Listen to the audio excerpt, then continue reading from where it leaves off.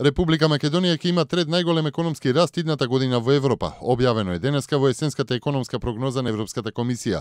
Со раст на бруто домашниот производ од 3,5%, македонската држава во 2016 година ќе се најде единствено зад Ирска, на која и се предвидува раст од 4,5% на БДП, како и зад Романија со 4,1%, а рамо до рамо со Полска, на која исто така според предвидувањата на неформалната влада на Европската унија ќе има раст од 3,5% на БДП. Еврокомисијата во денешната есенска економска прогноза за Македонија наведува дека домашните и надворешните несигурности имаат негативно влијание врз инвестицијската активност, што доведе до забавување на растот на БДП во првата половина од годината.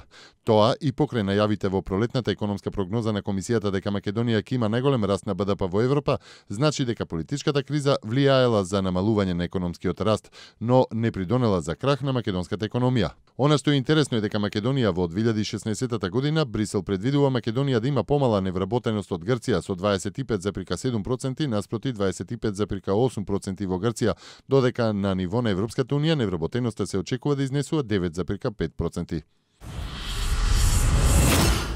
Германската компанија Костел го потпиша договорот за реализација на инвестицијата во Република Македонија.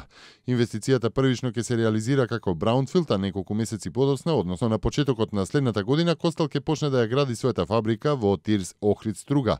Планирани се 1000 директни вработувања, а ќе има и дополнителни индиректни кои ќе бидат соработници, партнери и добавувачи.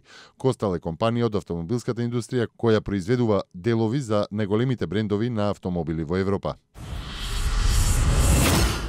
12 јавни обвинители кои го сочинуваат тимот на специјалната обвинителка Катица Јанева денеска дадоа свечена заклетва во Советот на јавни обвинители. Тие се обврзаа дека во вршењето на функцијата ќе го почитуваат Уставот на Република Македонија, законите и меѓународните договори. Тимот на Јанева од понеделник ќе ги преземе предметите кога и ќе започнат со работа. Јанева рече дека не знае колкав е бројот на предметите, бидејќи од понеделник ќе се обратат до институциите. Во клубот на пратениците предпладнето продолжија разговорите на партиските работни групи со посредство на белгискиот експерт Питер Ван Хауте за финализирање на договорот од Пржино. ВМРО ДПМН на состанокот го представуваат Силвана Бонева, Илија Димовски и Никола Тодоров, додека од СДСМ се Оливер Спасовски, Цветанка Иванова и Фросина Ременски. ДУИ е представено од Муса Џафери и Артан Груби, додека од ДПА присуствува Бекин Фазлиу. Пред состанокот ниту еден од представниците на партиите не даде изјава. Владата спроведува проекти вредни над 60 милиони евра кои помагаат во решавањето на стамбеното прашање на илјадници граѓани од различни целни категории, покажуваат податоците на Министерството за финансии, транспорт и врски и одбрана. Неодамна Министерството за одбрана го представи проектот АРМ Мој вистински дом, кој е наменет за припадниците на армијата за решавање на нивното стамбено прашање по поповолни услови.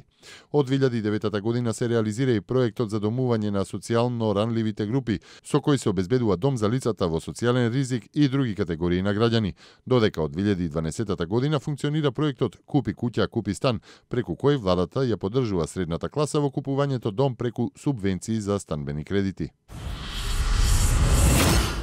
Во изминатите 24 часа издадени се потврди на вкупно 2751 странски државјанин, најмногу од Авганистан и од Сирија. Заклучно вчера издадени се потврди на вкупно 214.343 странски државјани.